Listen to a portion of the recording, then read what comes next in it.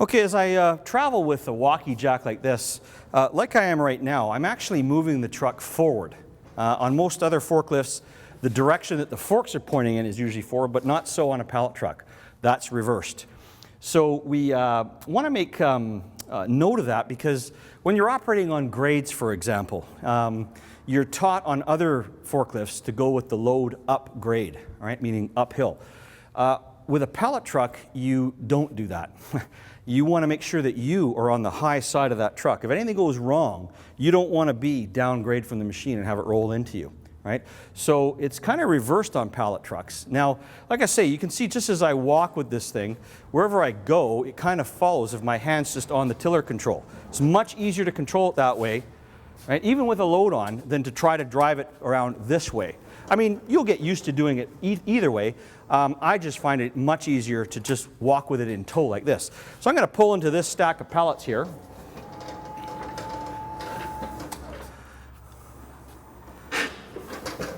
Okay, so I want to get kind of lined up with the center board of that pallet there, the bottom one here.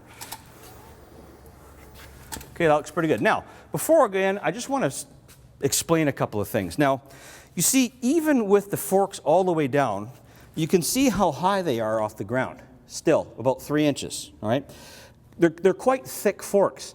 So you want to be sure that your forks will actually fit in the opening of your pallet. Not all pallets are of a standard opening size.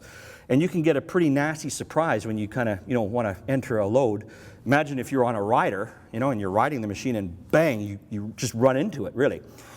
So that's one thing to think of. And the other thing now, I don't know if you noticed, but when these forks go up, the wheels stay on the ground, right? So if you're not properly positioned, you see these boards that go this way, these are called stringers, all right? And you can notice there's gaps on the bottom, right, between the stringers on the bottom.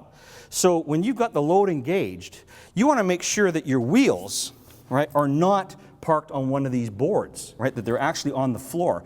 Because if they're not, well, the machine is trying to lift the pallet, right, and but it's actually parked on it. So it's going to tear it apart, right, just ruin your pallet, something that happens quite a lot. So let's just drive in here. We've got it lined up pretty good.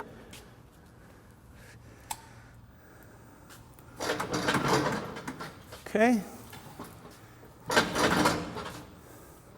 There we go. And we're going to lift.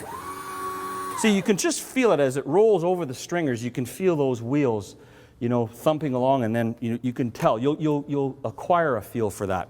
So you only need to lift it just enough to carry it, right? That's all we're doing. We're not stacking these things. We just need it enough to carry it. Check your clearance before you back up. Remember, you'll probably be in a very tight warehouse, and you want to make sure that you don't back yourself up into a rack or, something or someone, right? So we'll just back out of there. And again, we'll walk away using, letting the machine follow us. Okay, I'll just go right around here and it'll come back. Look where you're going.